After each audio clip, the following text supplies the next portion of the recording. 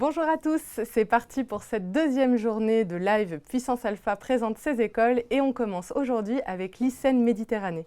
L'ICEN Méditerranée, c'est une école qui est présente à Toulon, à Nîmes, mais aussi à Marseille et qui recrute des étudiants via Puissance Alpha en post-bac, bachelor, rentrée décalée, bac+1 et CPGE.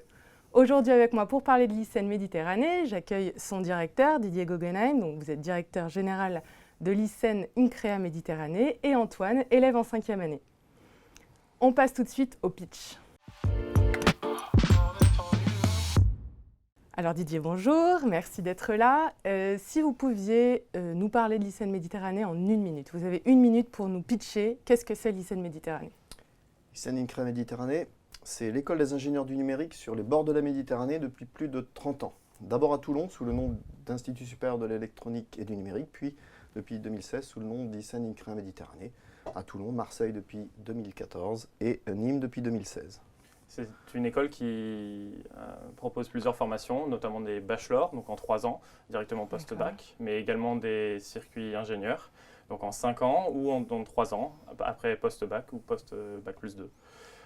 Et du coup, en maîtrise, on peut se spécialiser, une fois les bases apprises, sur des 8 domaines de professionnalisation.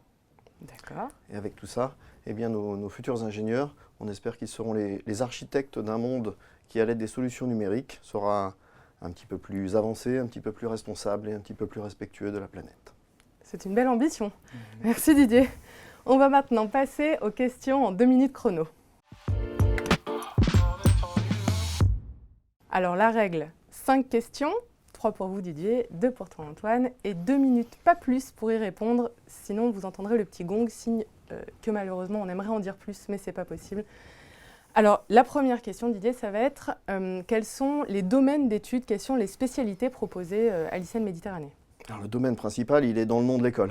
C'est numérique, ça c'est historique depuis toujours, électronique, informatique, aujourd'hui numérique. Alors bien sûr, après 3 années d'études qui donnent les bases scientifiques et générales également dans le domaine du numérique, on a des options de spécialité, soit des options de spécialité sur des domaines technologiques particuliers, tels que cybersécurité, système embarqué, l'Internet des objets, le big data, ou les développements mobiles, cloud ou informatique avancés, soit des domaines d'application, comme ingénieur d'affaires, comme donc business développement, comme e-santé ou biomédical, ou encore comme tout ce qui concerne la smart city, la smart energy et on va dire la smart society.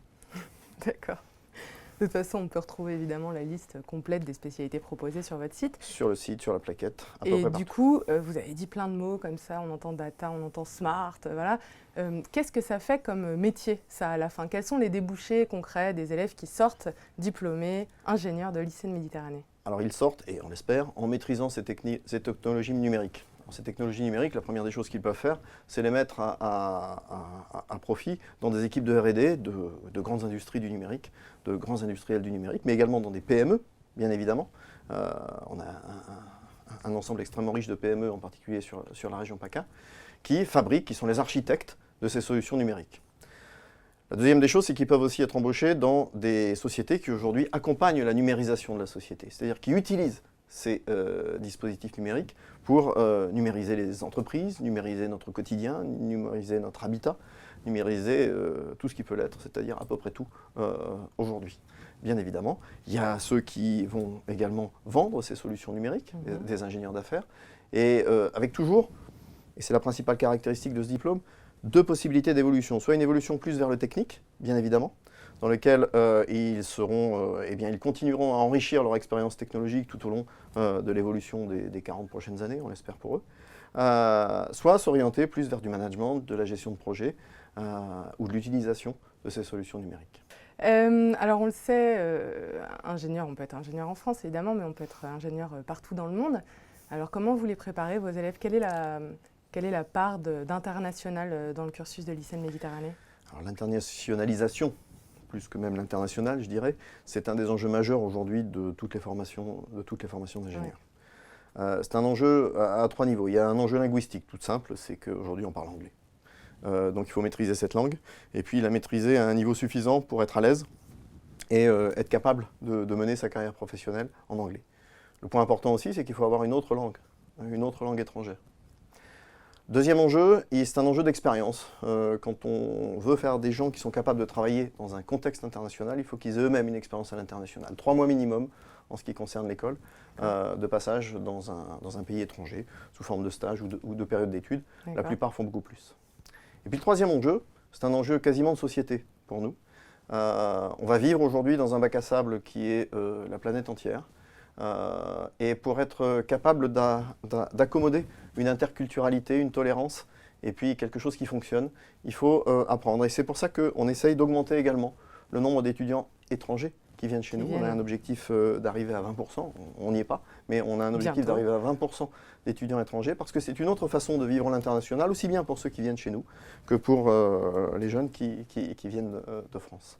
D'accord, très bien. Antoine, je me tourne vers toi maintenant. Donc, tu es élève en 5e année. Exactement. Sur quel campus, du coup? Du coup, je suis à Toulon. D'accord. Je suis également en alternance cette année. Donc, très bien. C'est contrat de professionnalisation.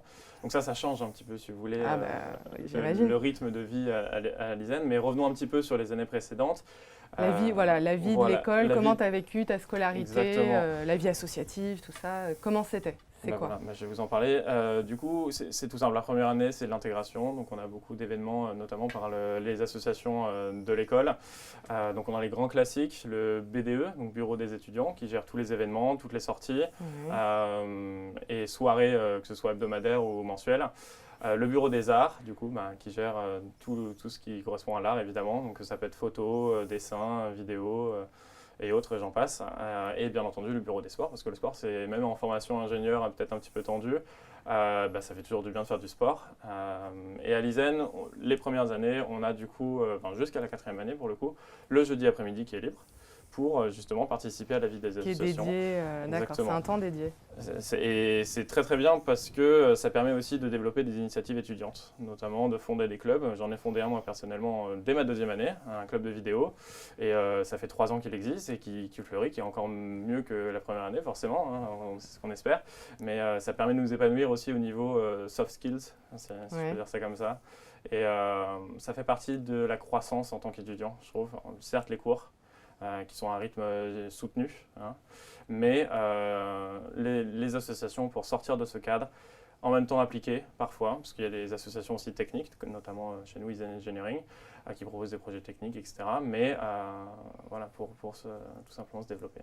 Ça donne envie. Exactement. Et du coup, alors toi, quand il y a 5 ans, tu as décidé de... Est-ce que tu savais que tu voulais devenir ingénieur? Comment tu as fait ton choix? Comment tu as choisi ton école? Est-ce que tu as des conseils à donner aux élèves qui sont en terminale, là, qui nous regardent, ou en première d'ailleurs, et voilà, qui ne savent pas par quel bout commencer, quoi? Ouais. C'est vrai que quand on arrive au lycée, c'est pas facile toujours. Moi, je me suis beaucoup questionné, mais tout simplement, moi, le conseil que je peux donner et l'expérience que j'ai reçue, c'est-à-dire que je suis venu à l'ISEN. Je suis passé à l'ISEN pour voir un petit peu, j'en ai les portes ouvertes, je me suis dit, bon, qu'est-ce que c'est qu'une école d'ingénieur? Donc j'y vais, je prends goût, c'est les étudiants qui nous accueillent, évidemment on voit les professeurs, mais les associations sont là, etc.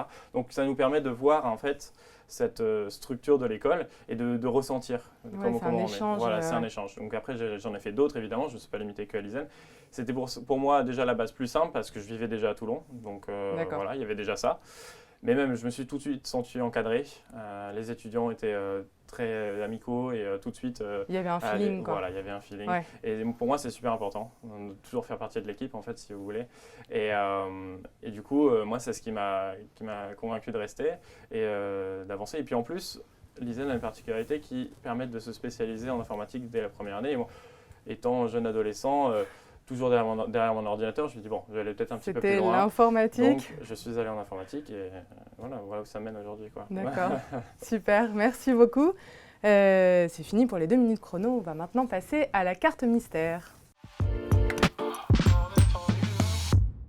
Alors Didier, je me retourne vers vous. Il y a 10 cartes numérotées de 1 à 10. Sur chacune, il y a une question qu'on nous pose assez régulièrement, que les gens qui nous regardent se posent également. Vous faites votre choix de 1 à 10, je vous écoute. La 5. La 5, Didier Guggenheim. Alors, en tant que fille, on m'a dit qu'il y avait une moyenne d'une fille pour 10 garçons en école d'ingénieur. Est-ce que c'est le cas chez vous? C'est beaucoup mieux. C'est beaucoup mieux. C'est 2 pour 10. Et c'est tellement pas assez.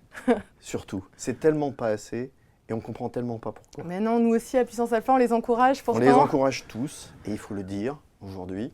Non seulement elles ont toutes les mêmes armes que les garçons, elles sont le même nombre en terminale, elles ont des carrières qui sont incroyables aujourd'hui dans les entreprises, elles ont des ouvertures formidables, des carrières vraiment, elles sont même, la discrimination positive, ça existe dans les entreprises, je dis pas chez nous, mais dans les entreprises à l'embauche, il y a 0 raison de ne pas venir et 100% de raison de venir.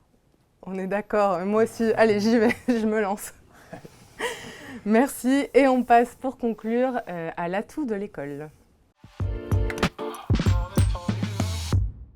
Alors Didier, c'est déjà presque la fin, malheureusement, mais on a quand même un petit temps de conclusion. S'il y a des choses comme ça que vous n'avez pas pu aborder, si vous deviez vraiment résumer en 1 minute, voilà, ce qui vous différencie des autres, c'est quoi le plus de l'ICN Méditerranée? Une école à taille humaine, 850 étudiants aujourd'hui, dans des cœurs de ville. Et quelle ville? Tout est dans le nom, ICN INCREA Méditerranée. ICN, on en a parlé, c'est le numérique. INCREA, c'est la première fédération française de formation d'ingénieurs. Et puis surtout, Méditerranée. Un contexte absolument inimaginable, avec la mer, le soleil, la montagne, le Var, qui est le premier département vert de France. Un environnement qu'on ne dit pas assez être technologique, parce que la région PACA revendique être la 2e région numérique de France. Donc vous voyez, tout est dans le nom. ICN INCREA Méditerranée, l'avantage, il est là. Eh ben, écoutez, moi je signe quoi. Et moi aussi.